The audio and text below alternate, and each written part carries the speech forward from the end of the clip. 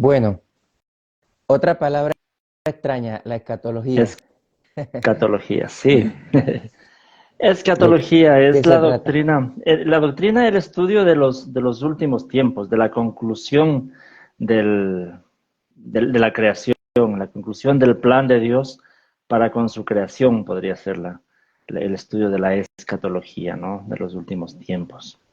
Eh, Aprovechando que estamos en la última charla de esta serie, vamos a hablar de los últimos tiempos. Primero quisiera que lo dividamos en dos aspectos de la escatología. Primero, lo que se suele llamar la escatología individual, es decir, qué va a pasar con cada uno de nosotros al final de nuestra vida.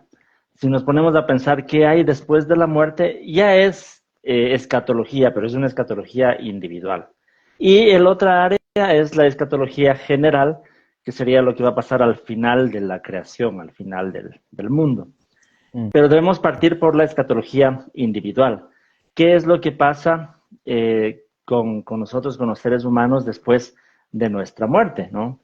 La Biblia mm, en Hebreos 9:27 dice, y así como está establecido que los seres humanos mueran una sola vez, y después de eso, el juicio, ¿no es cierto? mm, Pero luego sabemos que va a haber una resurrección y cómo va a ser eso y en dónde vamos a estar nosotros mientras esperamos la resurrección, qué pasa con el alma, el espíritu, el cuerpo, todo eso. Ahí también ya hay algunas teorías, ¿no? Esto se llama las teorías del estado intermedio. ¿Qué pasa en este estado entre la, la muerte y la resurrección? Y ahí hay algunos puntos de vista, ¿no? mm. Eh, no sé si tú debes haber escuchado, hay ciertos grupos religiosos, eh, por ejemplo, Testigos de Jehová, creo que también los adventistas y algunos cristianos evangélicos también, que creen en la teoría del sueño del alma, ¿no?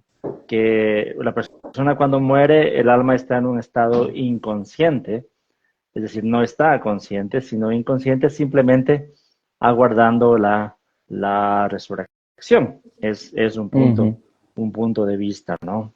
mm. Eh, Ahora, pero ¿qué es lo que dice la Biblia al, al respecto? Por ejemplo, en 2 de Corintios 5 del 6 al 9 dice, por eso mantenemos siempre la confianza, aunque sabemos que mientras vivamos en este cuerpo estaremos alejados del Señor. Vivimos por fe, no por vista. Así que nos mantenemos confiados y preferiríamos ausentarnos de este cuerpo y vivir junto al Señor. Por eso nos empeñamos en agradarle, ya sea que vivamos en nuestro cuerpo o que lo hayamos dejado. El apóstol Pablo aquí está hablando que de alguna forma vamos a estar conscientes, ¿no? Después de Mm, nuestra muerte. Y dice, alejados del cuerpo, pero presentes en el Señor. Entonces hay un estado de conciencia. Entonces esta claro. teoría del sueño del alma como que no me convence mucho. No sé tú sí qué piensas, si has Se- escuchado sobre esto. sí, se basan en el versículo famoso de Eclesiastés, Mm, ¿no? Que dice que el alma vuelve a Dios, quien fue que la dio. Pero como ese es un libro poético, obviamente la hermenéutica de ese pasaje es particular, pues hay que claro. ubicarse en ese tipo de literatura, hay que Ujú. entender la cultura hebrea y es algo que quizás nos llevaría todo Sí, el live de sí. poder explicar, pero básicamente, claro, es una teoría, ¿no? Ujú, ujú. Ya de ahí a que pase a válida o inválida, ya sería otro asunto. Claro. Imagínate si tuviéramos que interpretar Eclesiastés, todo lo que dice, aplicarlo para nosotros. Hay muchas cosas Mm. ahí, ¿no? Y es lo mismo Bien, que Apocalipsis, hay un lenguaje figurado claro, muy claro. presente y que Ujú. atraviesa todo el libro. Sí, sí, sí, sí. Ya mencionaremos eso, ¿no? Pero otro punto de Claro. vista es el que mantiene, por ejemplo, la Iglesia Católica, que es el del purgatorio. La Iglesia Mm, Católica, en cambio, afirma que aquellas personas que han muerto, sí en la gracia de Dios, pero con pecados todavía veniales, como ellos los comentan, y tienen todavía que pagar el precio de esos pecados, pues van a otro lugar que no es ni el cielo ni el infierno, que se llama el purgatorio. Pero aquí también sabemos que no, base bíblica escrituraria para afirmar eso, pues no, no es suficiente, ¿no? Hay ciertos versículos que a veces usan, pero no quieren decir eso en realidad, ¿no? Como por Mm, ejemplo en 1 Corintios 3, del 14 al 15, que dice, si lo que alguien ha construido permanece, recibirá su recompensa, pero si su obra es consumida por las llamas, él sufrirá pérdida, será salvo, pero como quien pasa por el fuego. Pero aquí lo que está hablando Pablo es que nuestras obras van a ser probadas, como las que pasan por el fuego. No está hablando de que nosotros vamos a tener que a pasar por fuego para entrar al cielo. Entonces Pablo está hablando de otras cosas, no claro. está hablando de eso. Entonces ese sería otro punto de vista.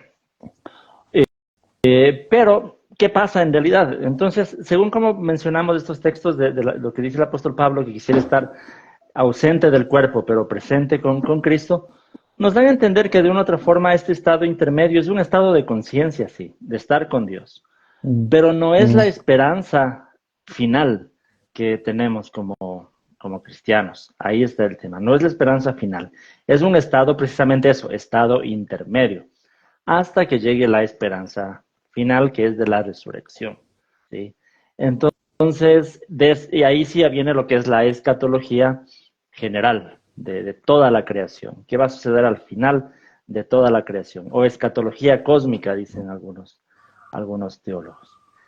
mm. Ahí sí viene el tema, ¿no? ¿Qué va a pasar en el futuro?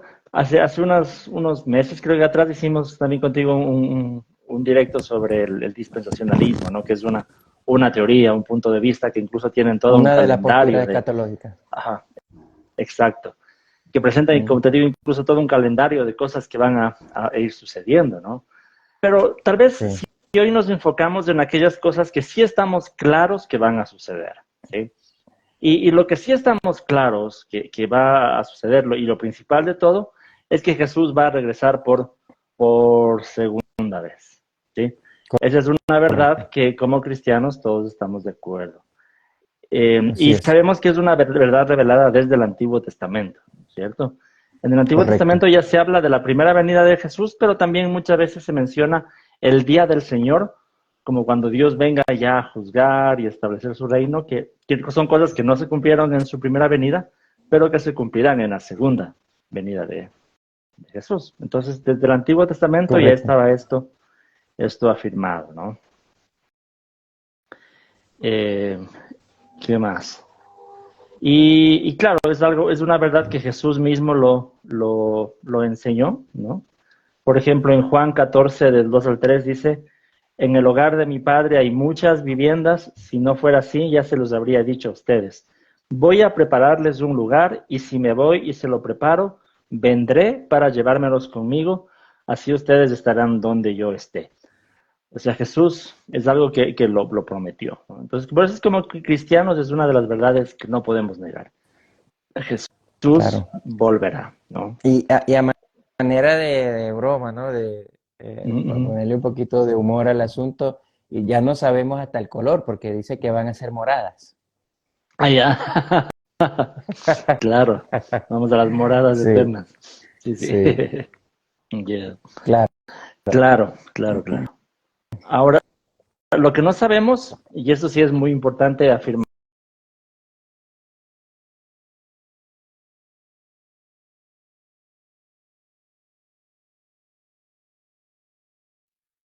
exacta, ¿no? Eh, Héctor, ¿sigues por ahí? ¿Me Sí, estoy aquí, perdiste? estoy aquí. Ya. Sí. Se paró un poco la pantalla. Sí, sí. Ah, ya. Jesús dice en Mateo 24:36, pero en cuanto al día y la hora, nadie lo sabe, ni siquiera los ángeles en el cielo, ni el Hijo, sino solo el Padre. Entonces, algo que sí también debemos tener claro es que nadie sabe el día ni la hora, y como te decía, de hecho, hay muchos han fallado, han querido dar fechas aproximadas o exactas, pero sabemos que no es así, ¿no? No Mm. lo sabremos. Incluso en el Eh, sermón del... Sí, sí, dime. ahí en esa parte que hay algo que siempre nos cuestionan y que tiene que ver con la deidad de Jesús, que ya lo hablamos en el primero o en el segundo de estos capítulos, Ujú, ujú.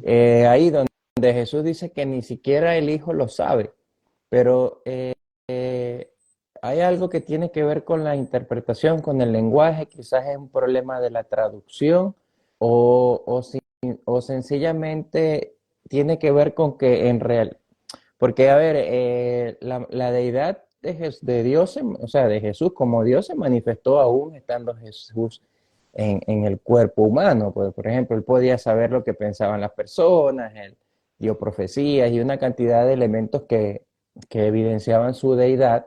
Ujú. Entonces, es curiosa esos cuestionamientos que nos hacen cuando dicen que si Jesús realmente era Dios, porque dice que no sabía cuál era el día ni la hora.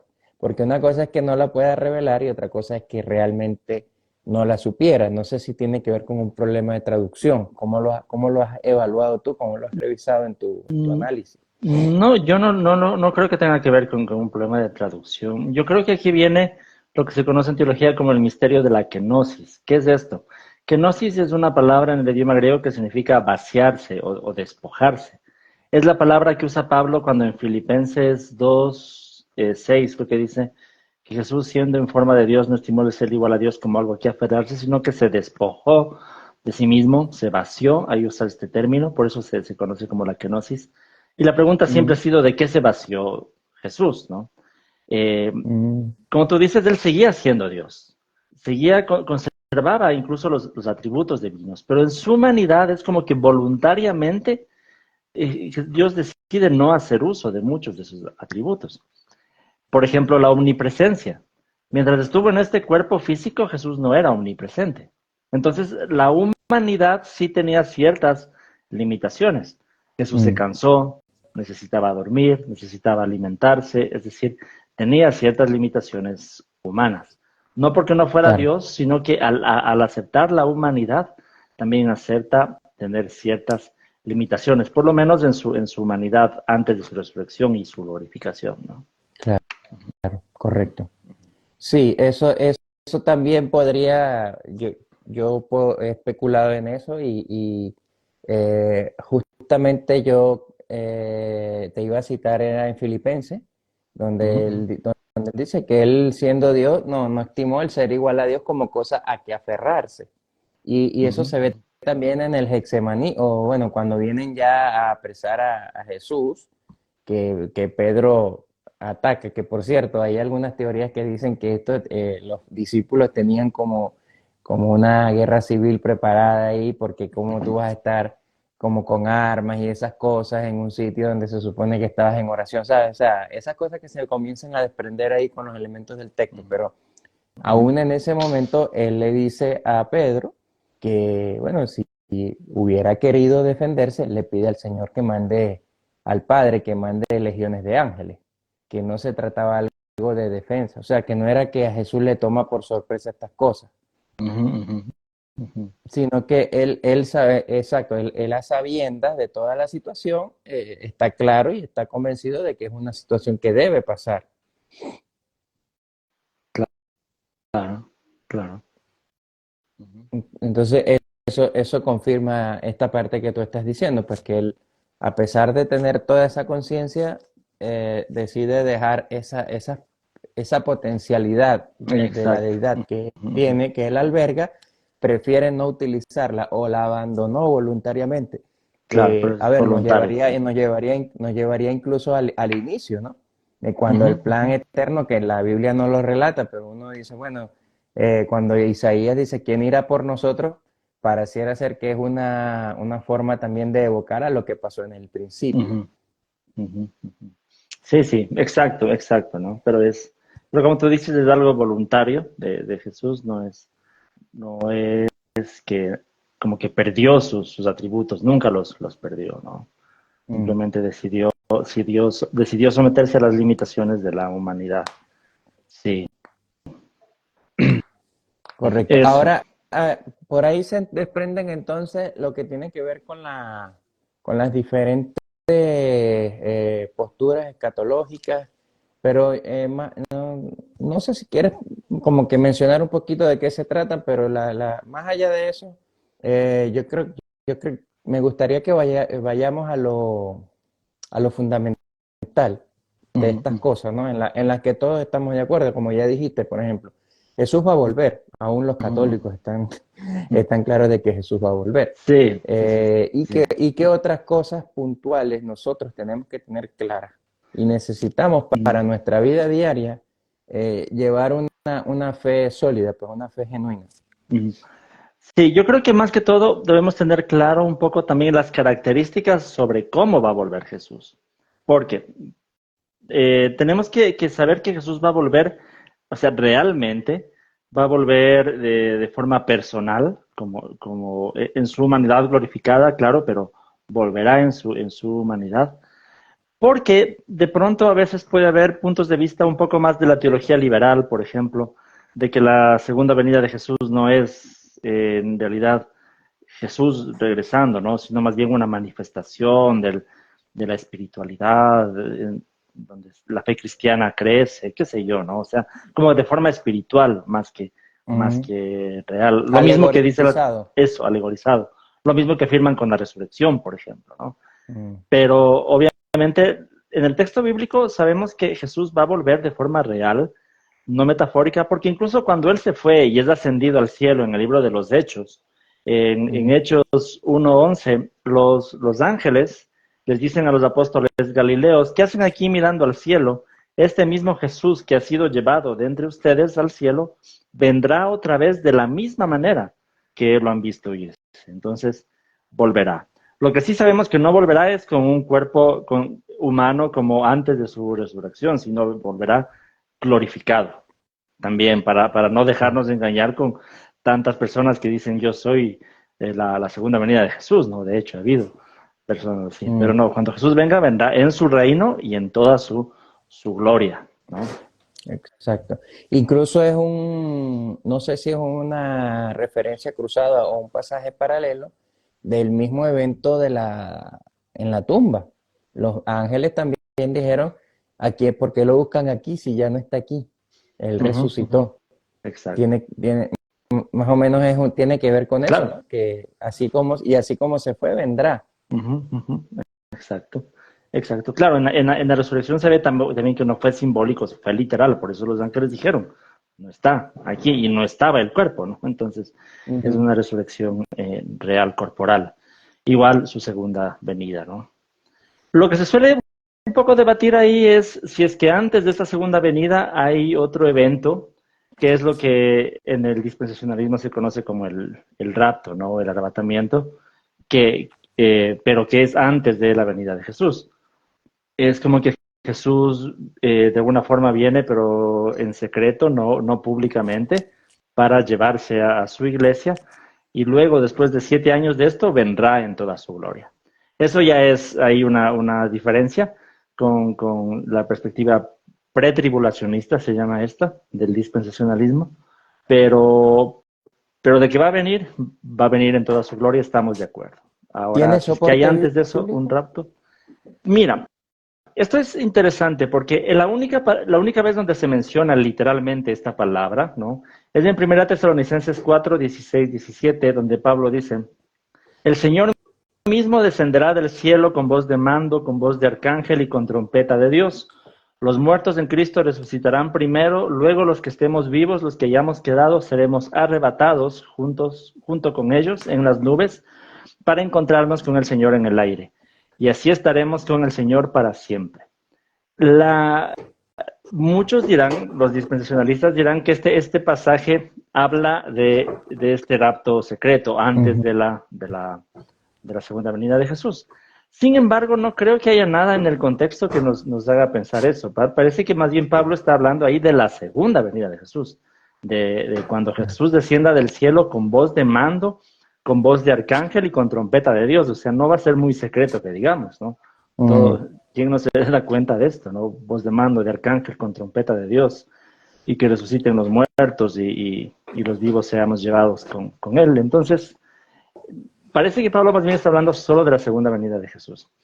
Es difícil encontrar una justificación para el rapto pretribulacional. Yo sé que, claro, hay muchos hermanos que tienen esa posición, yo siempre he sido muy respetuoso, pero el soporte bíblico no es muy fuerte, que digamos, para esta posición. Claro. Ahora, en el mismo tenor, la posición amilenialista se basa, por ejemplo, en que ya la gran tribulación para ellos comenzó desde la caída del templo. Y en cierta forma, a ver, la misma Biblia habla de que nosotros, de que ya los cristianos habían pasado leves tribulaciones. El mismo Pablo decía, estas leves tribulaciones que ustedes están pasando. Ujú, ujú. Y durante la historia, los historiadores hablan de estas cosas, los historiadores cristianos, de las diferentes épocas de persecución que ha pasado el cristianismo. Me imagino yo que en cada momento de la historia ellos pensaron que esa era la gran tribulación porque para ellos era algo Ujú, bastante ujú. significativo. Ellos seguramente estaban asociando eso con la gran tribulación, con la venida del Señor. Claro. Pero claro, nosotros hoy en día conocemos el desarrollo histórico de esos momentos y podemos decir que no, pues que todavía no es. Pero en eso pudiéramos estar de acuerdo con los amilenialistas que dicen que la gran tribulación comenzó desde el año 70, con la caída del templo. Y a medida de lo que hemos visto progresivamente es que estas cosas que han afectado la vida de los cristianos, ciertamente de una forma u otra han ido incrementando su intensidad en contra de la fe cristiana. Ujú, ujú. Sí, sí, sí, sí. Mira, en Mateo 24, cuando Jesús da este conocido sermón del Monte de los Olivos, él empieza a hablar de la tribulación, ¿no? De habrá guerras, rumores de guerras, hambre y todo este tipo de cosas. Pero lo interesante es que está hablando con sus apóstoles. A ellos les dice, a ustedes los perseguirán, a ustedes los tomarán presos, a ustedes. Y entonces dice, ustedes permanezcan, ustedes, eh, si es que, como es, oren para que no venga esto en invierno o en sábado, etcétera. Es como que las advertencias van a ellos, ¿no? Mm, Y claro, y este sermón es como que Jesús abarca desde la caída del templo hasta su segunda venida. mm, Pero sobre el tema de la tribulación es también a ellos que les está advirtiendo, a sus apóstoles. Y por eso cuando dice, más el que persevera hasta el último, ese será salvo, es precisamente animarles también a ellos. Entonces yo creo que sí, de alguna forma la tribulación comienza con la caída del templo, o mejor dicho, comienza cuando Jesús asciende al cielo, la iglesia es perseguida, la iglesia pasa tribulación. Imagínate los primeros cristianos, ¿no? Bajo los emperadores estos, Nerón, Domiciano y todos estos, Calígula, no se diga, ¿no? mm. Precisamente ahí se escribe el Apocalipsis se escribe precisamente para animar a cristianos que están siendo perseguidos. Entonces, como tú dices, la iglesia siempre en diferentes contextos ha pasado tribulación, pero yo lo veo de esta forma. Creo que hay una especie de progreso en la tribulación, pero no tanto como para los cristianos en sí, sino que al final de todo, como en Apocalipsis, cuando se habla de los juicios, las trompetas, las copas y todo esto, más bien son juicios para el mundo impío, para no creyentes. Por lo menos eso son las trompetas y las copas Ujú. en Apocalipsis, ¿no? Eh, entonces yo lo veo que la cosa se va a ir poniendo peor, pero para el mundo en general, no solamente para la iglesia. Más Claro, bien vamos, al final. Ujú. nosotros Sí, sí. vamos no sé si son chispazos o al menos vamos a ver que vamos a poder entender que eso que está ocurriendo es parte de lo que el Señor había prometido. O Ujú, sea, ujú. o de lo que había quedado revelado, pues que mayormente está en Apocalipsis, ¿no? Así es, así es. Ujú, ujú. Incluso hay personas, hay escatólogos, hay teólogos que ya han establecido que, no sé, se supone que en este momento nosotros estaríamos en la segunda etapa, la de las copas de ira, y que ya, o sea, han ido asociando algunos eventos históricos con estas situaciones, ¿no? Sí. Antes de ayer, Pacheco hizo un live que yo tengo ya, he visto algunos, no los puedo ver todos, pero algunos que he visto y de los que he visto, ese ha sido el que más me ha llamado a reflexión. Él, Ujú, ujú. él hacía una pregunta que la verdad yo no me la había hecho en ese sentido, porque él decía, de todo lo que nosotros estamos viendo en el mundo, estas cosas apuntan a unos elementos. Uno es el poder, el poder totalitario, ¿no? De un pequeño grupo sobre todo el planeta y, y la reducción de la cantidad de gente. Entonces, dice, a ver, pero a- la, estas personas no hacen esto por poder, sencillamente, ni tampoco lo hacen por dinero, porque de alguna u otra manera ya tienen todo el poder, ya controlan prácticamente todos los países, todas las naciones, de una u otra manera. Igualmente el dinero no es lo que los motiva. Entonces, pensando en eso, qué es lo que uno puede llegar a concluir?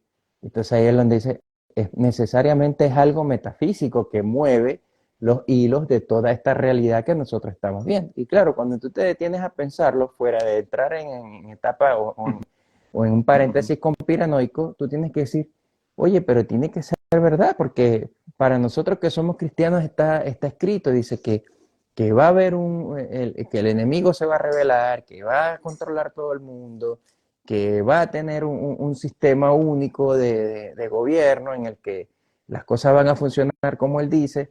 Y si tú analizas todo lo que está sucediendo, yo lo fijas con esas dos cosas que dice, que comentaba Edgar Pacheco, y lo cruzas con la Biblia, dice, tiene sentido.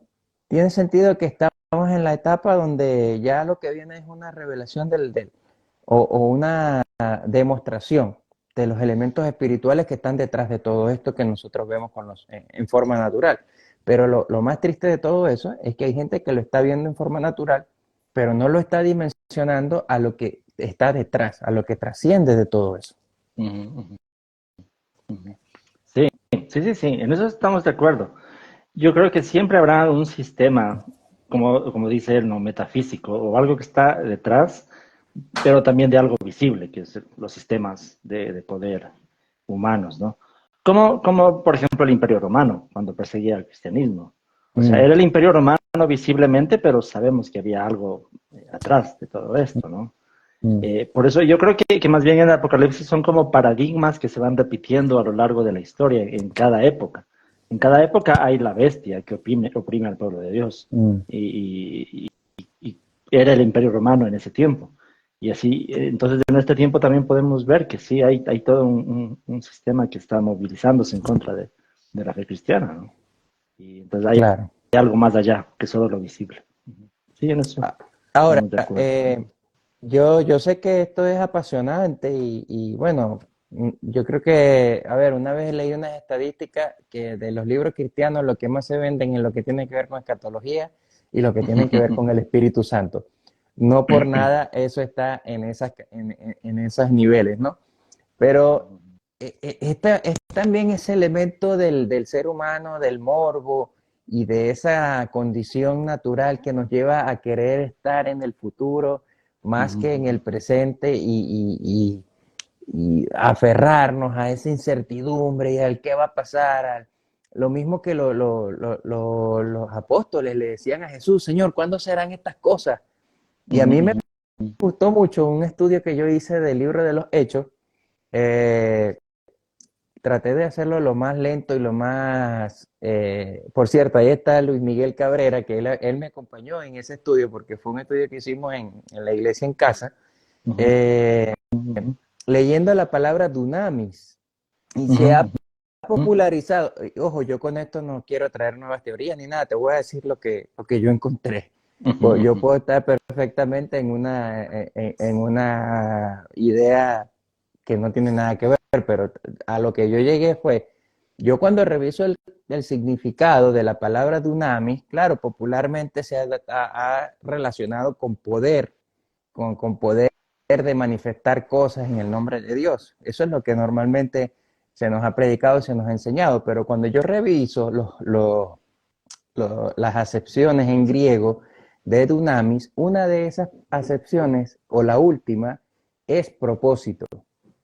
Cuando yo trato de insertar esa acepción o esa traducción de dunamis en el contexto, yo me encuentro con algo interesante. Y es que realmente con el poder tú podías hacer demostraciones y cosas, pero el poder no necesariamente te iba a mantener en la fe. Ahora, cuando tú ves el propósito y, y entiendes todo lo que Jesús enseñó, era lo que Pablo decía, que estaba dispuesto aún a perder la vida por Jesús. Y eso es un propósito.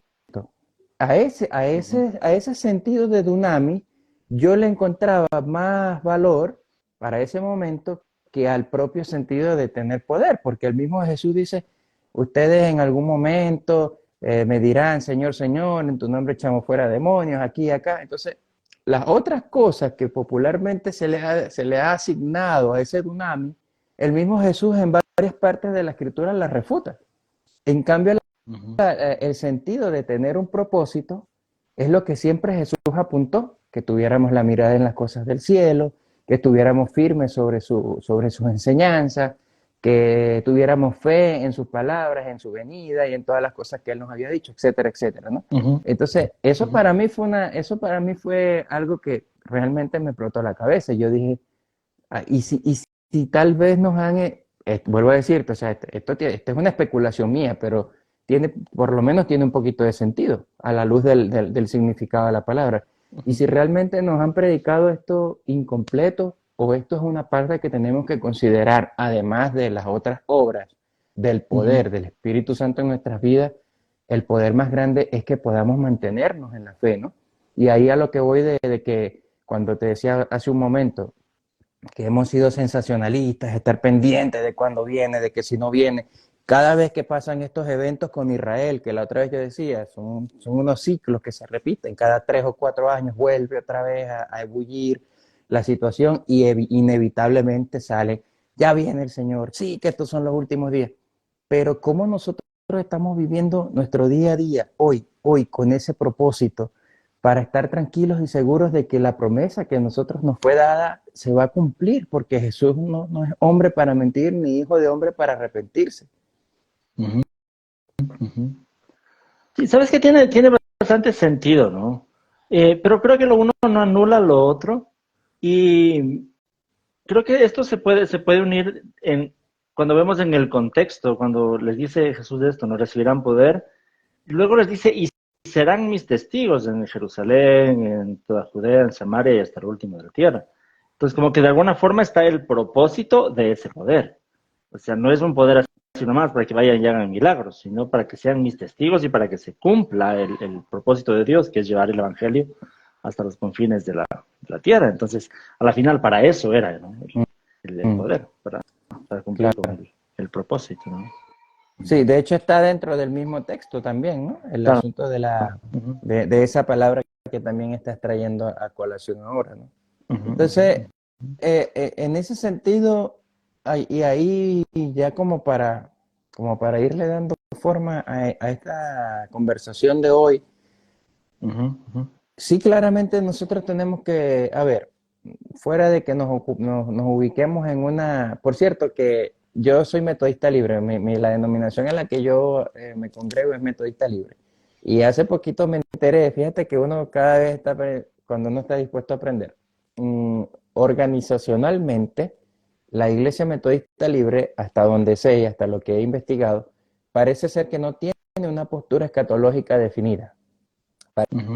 Parece ser que en esto es abierta.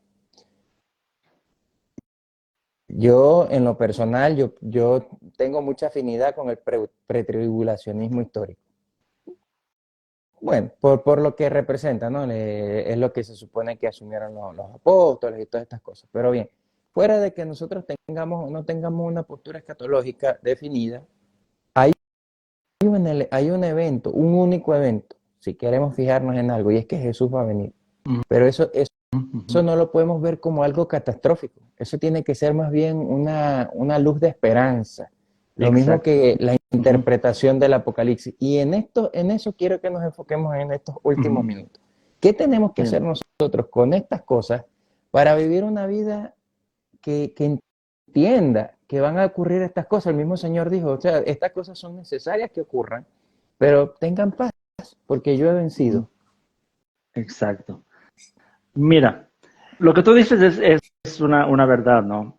El Apocalipsis se escribe en medio de un periodo de tribulación. La iglesia estaba siendo perseguida, probablemente el emperador Domiciano, había sufrimiento, no persecución. El mismo apóstol Juan, si es que asumimos que Juan fue quien escribió el Apocalipsis, estaría desterrado en la isla de De Patmos, ¿no? Patmos. Por causa del Evangelio. Entonces, uno tiene que ponerse a pensar, ese libro, esas palabras que están en el libro, algo tenían que decir también a sus lectores contemporáneos. Porque muchas veces vemos el Apocalipsis como un libro que nos habla solo del futuro y la ciencia ficción y todo eso. Mm, Pero no, el Apocalipsis habla del pasado, del presente, del futuro. Y para los primeros cristianos debía tener un sentido de eso, de esperanza. ¿Y por qué? Porque precisamente la literatura apocalíptica es un estilo de literatura que se usa para hablarse entre cierto grupo de forma incluso como codificada, para que solamente ellos se entiendan de lo que quieren decir. Y si alguien extranjero o los que le estaban oprimiendo en ese momento leían eso, no iban a entender. En la Biblia tenemos también otro libro de Apocalíptica que es Daniel, que igual sabemos es un tiempo donde el pueblo judío está en Babilonia y todo esto, ¿no? Aquí el pueblo de Dios, la iglesia cristiana, está siendo oprimida por el imperio romano. El, los cristianos se escriben y Apocalipsis se escribe de esa forma para que solo entre ellos puedan entender cuál era el mensaje. Con eso, si es que alguien del imperio romano leía un texto que decía, ha caído la gran Babilonia, o que habla de una bestia de 7 cabezas y 10 cuernos en cada cabeza, no iba a entender nada, ¿no? O de un cordero que fue inmolado y que el cordero va a vencer a la bestia. ¿Qué quiere decir eso? Para ellos no iban a entender nada. Pero entre cristianos sabían que ahí estaba el mensaje, que tengan correcto. esperanza porque al final el cordero que ha sido inmolado es el que va a vencer a todas las Amén. fuerzas del mal que se levanten. Entonces, para los cristianos también era un libro de esperanza.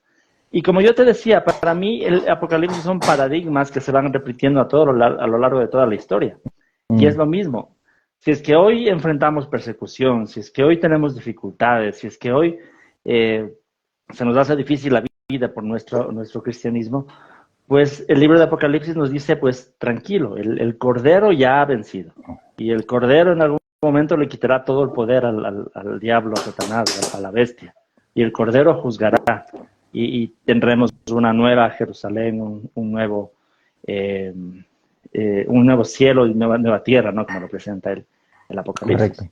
correcto. Entonces, eso es como yo lo veo. Por eso el Apocalipsis es esperanza, como tú dijiste, es esperanza.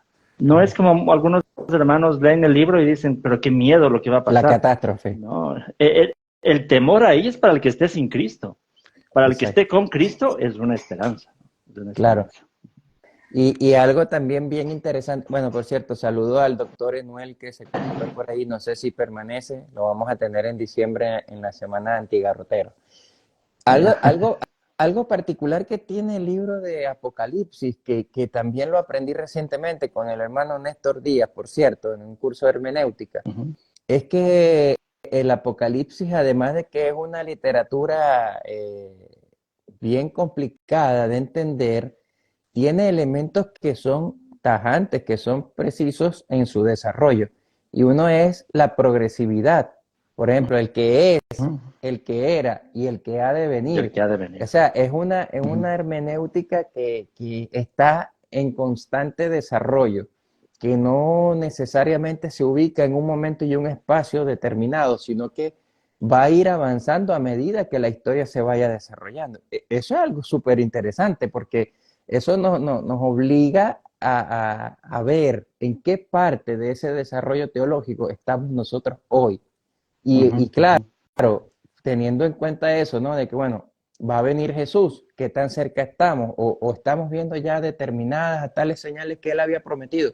¿Cuál es la postura, o cuál debe ser la postura de la iglesia en base a esas circunstancias que nosotros de alguna forma ya teníamos? Entonces, claro, se mete dentro de la iglesia el fantasma, digo yo, del terror y del miedo, cuando esto lo que tiene que ser es, hermano, vamos a ir preparando nuestras maletas. Al contrario, debería más bien llevarnos a reflexión, porque muchas veces estamos descuidados en nuestras propias, no sé, en nuestras nuestros propios mundos, dejando de un lado quizás lo que Dios quiere que sea importante para nosotros desarrollar. Y es esa vida de santidad, de plenitud con Él, de conocerle, de estar en tiempo con el Señor, de establecer su reino, de predicar el Evangelio. Estas cosas que nos ayudan a que, como Él decía, bueno, cuando todo el mundo conozca, ahí vendrá el fin. Ahí sí vendrá el fin. Claro. Claro, claro. También ahora que estamos hablando de teología para la vida, ¿no? Precisamente el llamado de atención es ese.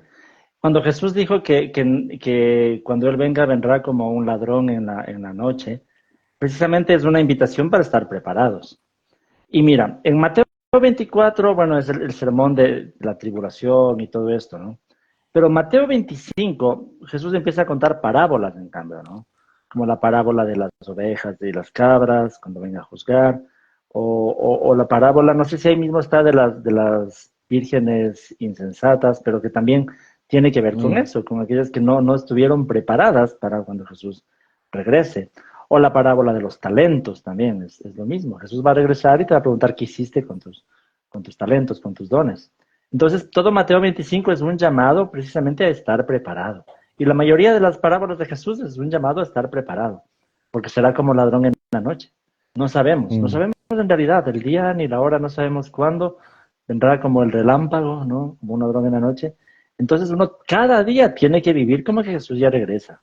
Todos los días hay que estar preparados, ¿no? Es el peor error decir, bueno, Jesús no viene, vivamos como nosotros queramos, ¿no? Así Entonces, es, así es. Eso tiene que ser nuestra mayor motivación. Y, a ver, Hugo, en la forma práctica, ¿no? En la forma como hemos hecho así de la línea de estos live, eh, ujú, aun cuando con la dificultad que estos temas representan para la vida quizás de un cristiano eh, que no está tan involucrado con el asunto de la teología, pero que ujú. no puede hacerse la vista gorda de estas cosas. ¿Cómo podemos eh, invitar a que esto sea, no sé, a que haya esa intencionalidad por conocer esto, así sea en la forma más sencilla? ¿Cómo se plantearía esto de la forma más sencilla? Mira, sí, yo alguna vez conversaba con un hermano que tiene ciertas posturas bastante complejas, ¿no? Del Apocalipsis, tú sabes, especialmente dentro del dispensacionalismo, todos los calendarios y todo eso, ¿no? De pronto yo le decía, para mí lo más sencillo es leer a Jesús, ¿no? Y mira, Jesús en Mateo 24, el Sermón del Monte de los Olivos, solamente dice esto y esto va a pasar y esto va a pasar y listo, no dice nada más. Y ese hermano me dice una frase, pero estos pasajes de Mateo habría que leerlos a la luz de Apocalipsis. Ahí me di cuenta que había un error hermenéutico bastante grande, porque esto de usar a la luz de tiene que ver Mm, con los textos más oscuros, debemos leerlos a la luz de los más claros, no al correcto. contrario. Entonces, cualquier cosa de Apocalipsis que se nos hace complicado leer por la exégesis, por todo el proceso hermenéutico que requiere Apocalipsis, nosotros debemos más bien entender lo que es lo más claro y Apocalipsis entenderlo a la luz de Mateo 24, no al contrario, porque ahí está Jesús hablando. ¿Y qué es Mm, lo que Jesús dice? Yo voy a regresar, habrá un juicio, ¿no? O incluso en las epístolas. ¿Qué dice Pablo en las epístolas? Jesús regresará, habrá un juicio, ¿no? Para vivos y para muertos. Resucitarán los muertos primero, habrá un juicio y habrá una vida eterna en la presencia de Dios. En el reino de Dios, se establecerá el reino de Dios. mm, Entonces, eso es lo que nosotros tenemos que tener claro y en lo que estamos de acuerdo.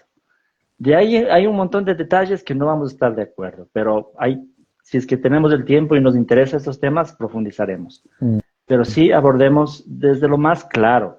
Lo más claro es lo que Jesús enseñó, lo más claro es lo que están en las epístolas, y con base en eso, tratar de entender los textos de Apocalipsis que a veces son un poco más complejos, ¿no? Mm. Entonces, empezar por ahí, por lo que es más claro en la Biblia, ¿no? Claro, así es. Oye, Hugo, como psicólogo, también como teólogo, el problema de la muerte, que es a lo que es a lo que el ser humano siempre le ha tenido como esa, esa aversión, ¿no? Ajá, ajá, Quizás ajá. no todo el mundo, sobre todo los cristianos, hemos aprendido a entender que que más bien ese es el regalo para encontrarnos con el Señor, si es que nos toca vivir esa etapa, ¿no?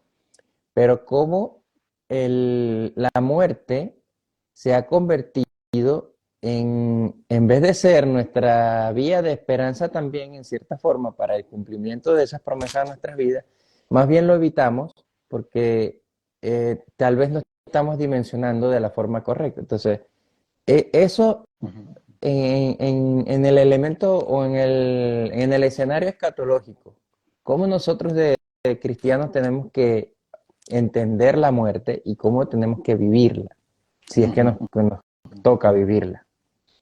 sí, sabes que en nuestra cultura occidental es como que el tema de la muerte se ha vuelto un tabú, ¿no? Es como que mejor no hablarlo. A mí me pasa, por ejemplo, yo tengo un hijo de 5 años y tú sabes, de los 5 años es donde más preguntas tienen y están por todo. Recién pasó el Día de los Difuntos y todo eso. Y es como que en la cultura es, a los niños no les hables de eso, ¿no? Mejor no le cuentes de todo lo que es la muerte, lo que significa y todo eso. Es porque se ha vuelto como un tabú, es algo prohibido por lo que implica. Ahora, como tú dices, como cristianos, nosotros tenemos una esperanza, ¿no? El apóstol Pablo decía, para mí el vivir es Cristo y el morir es ganancia. Pero en realidad, la realidad de la muerte sí pone a prueba nuestra fe, porque eso es algo que todos vamos a enfrentar, nadie puede evitarlo, vamos a enfrentar nuestra muerte y la muerte de nuestros seres queridos. Entonces ahí es donde en realidad debemos preguntarnos qué convicción tenemos cada uno de nosotros acerca de lo que va a suceder. Mm, Por eso es que, mira, la resurrección de Jesús es clave en esto, creer que fue un hecho histórico y que en realidad Jesús resucitó entre los muertos. Por eso el apóstol Pablo decía, si Jesús no resucitó entre los muertos, pues nuestra fe es vana, no sirve de nada, somos como los incrédulos. Entonces, desde esa perspectiva, la muerte es una esperanza. Es más bien sí, un pasaje a la vida eterna, a la plenitud, a la vida para la que fuimos creados, ¿cierto? Y ahora no quiero decir que no va a ser triste el separarnos de seres queridos, obviamente que sí, es demasiado doloroso, porque mientras estemos en este mundo terrenal viviremos muchos años separados.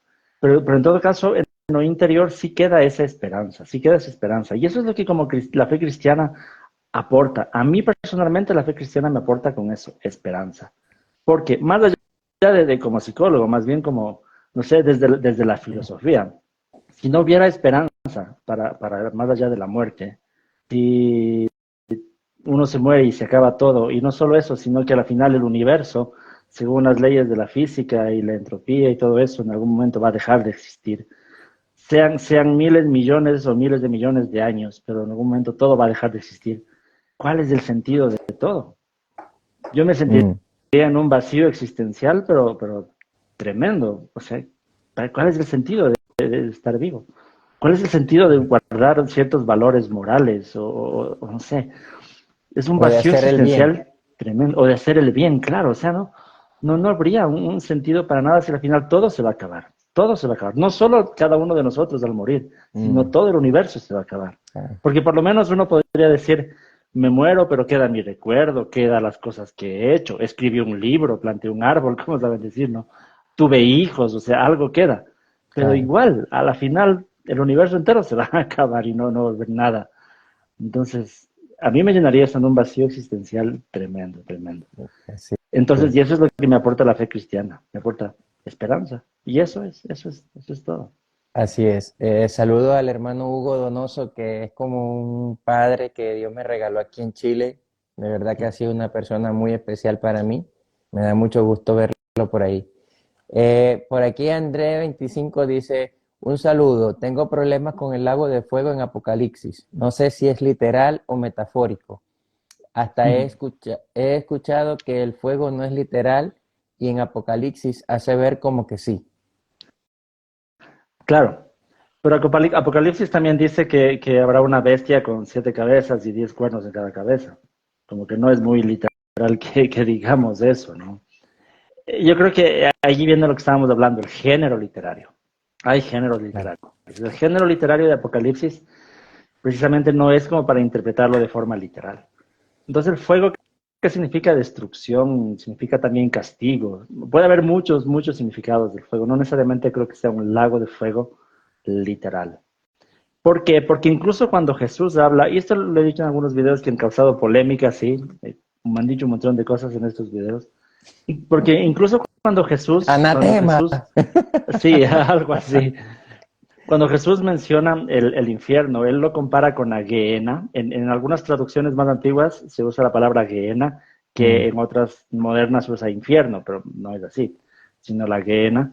La Gehenna era un lugar físico en Jerusalén, donde se arrojaba desperdicios, basura, y al final todo eso se quemaba. Entonces, lo que Jesús está comparando, usando una metáfora de la Gehenna como el lugar a donde van a ir los impíos, los que han sido rechazados por Dios. Pero entonces Jesús enseñaba siempre con metáforas. Para Jesús siempre buscaba algo de la naturaleza, algo de la vida, de lo real, para comparar con lo espiritual. claro. Entonces eso estaba haciendo Jesús, usando una metáfora, no necesariamente como que el infierno será un fuego real, ¿no? Ahora, esto no quiero decir que yo sea aniquilacionista, como hablamos al inicio, de aquellos que piensan que después de la muerte, pues ya no hay conciencia, se acabó todo. No lo creo así, porque hay muchos textos que nos hablan de la conciencia del alma después de la muerte. Pero sí creo que el infierno es eterno, creo que es un lugar de castigo, pero técnicamente, ¿cómo será ese castigo? Sí, creo que la Biblia no nos da los datos suficientes como para hacer una Claro, doctrina claro. sobre eso. Sí, lo único que podríamos, yo podría medio que aportar allí un poquito sería que a pesar de que en general, el libro de Apocalipsis es principalmente metafórico, sí habrán algunos puntos que requieren una interpretación literal, pero claro que necesitan, además de una interpretación literal, una exégesis adecuada. Lo otro, Ujú. tenemos que tener claro que la vida eterna ya va, va a partir de una condición humana principalmente en carácter espiritual. O sea, nuestros cuerpos van a pasar a otro plano. Van a dejar de ser cuerpos así, por lo menos por un momento van a dejar de ser cuerpos físicos. Entonces, entendiendo de que lo que va a quedar de los humanos va a ser un elemento netamente espiritual, tenemos que preguntarnos, ¿es posible que los espíritus pasen la eternidad quemándose? ¿Se van a Exacto. descomponer? ¿Se van a consumir? Entonces ahí es donde la literalidad comienza a resquebrajarse, ¿no? Ujú, Y cierro con esto, la ilustración que utiliza, hemos hablado bastante de William Lane Craig aquí, va a tener que darnos algún ujú, aporte. William Lane Craig hace una ilustración para él, o no una ilustración, él hace una explicación filosófica acerca del infierno. Y él dice que básicamente, si para nosotros el mal en este mundo es intolerable, él entiende o él explica el infierno como que toda esa gente y toda esa cantidad de mal, toda apuntalada en un solo lugar, y ellos sin poder huir de eso. Mientras que los que hemos confiado en Jesús, vamos a estar en la plenitud de la gloria. Entonces imagínate, si nosotros aquí sufrimos con el mal, ¿verdad? Fuera de que sea un lago de fuego literal y fuera de todas estas cosas que pudieran parecer en algún momento fantasiosas, ok, pero entendamos el ejemplo de William Lane Craig. Dice, imagínate un lugar, estar tú en la eternidad, en un lugar donde lo único que hay es el mal y las personas que hacen el mal y todas las formas de maldad que hayan podido existir, todas en un solo lugar y no puedas salir de ahí. ¿Qué más ujú. infierno que ese? Exacto. Es algo que te debe erizar los pelos, ¿no? Porque no poder huir de eso, no poder pedir auxilio, y todo lo que se supone que habías aborrecido en este mundo, ahí lo vas a tener por la eternidad, porque ciertamente eres un ser eterno, fuiste creado para una eternidad. Entonces, por eso es que nuestra decisión de este lado, de esa eternidad, es importante para ver a dónde vamos a pasar el resto de ella. Ujú, ujú. Exacto. Sí, es una buena explicación, ¿no? Algo así también creo que Así es. menciona C.S. Lewis en su libro El problema del mal, creo que es. No recuerdo bien. Donde él también dice que las puertas del infierno se cierran por adentro. Pero es porque lo que hace mención es que aún en esa condición, mucha gente nadie se va a arrepentir, ¿no? Sino más bien eso como que les llevará incluso a enojarse más o renegar más de Dios. Claro, Y William Lane Craig dice que por eso la condenación será eterna, porque seguirán pecando y seguirán acumulando condenación por los siglos de los siglos, ¿no? claro, sí.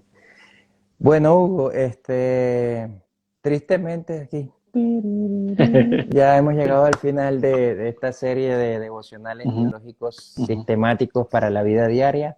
Ha sido de verdad para Sí. mí un enorme placer y me siento muy satisfecho y gratificado por Dios de haber podido contar contigo para estos espacios.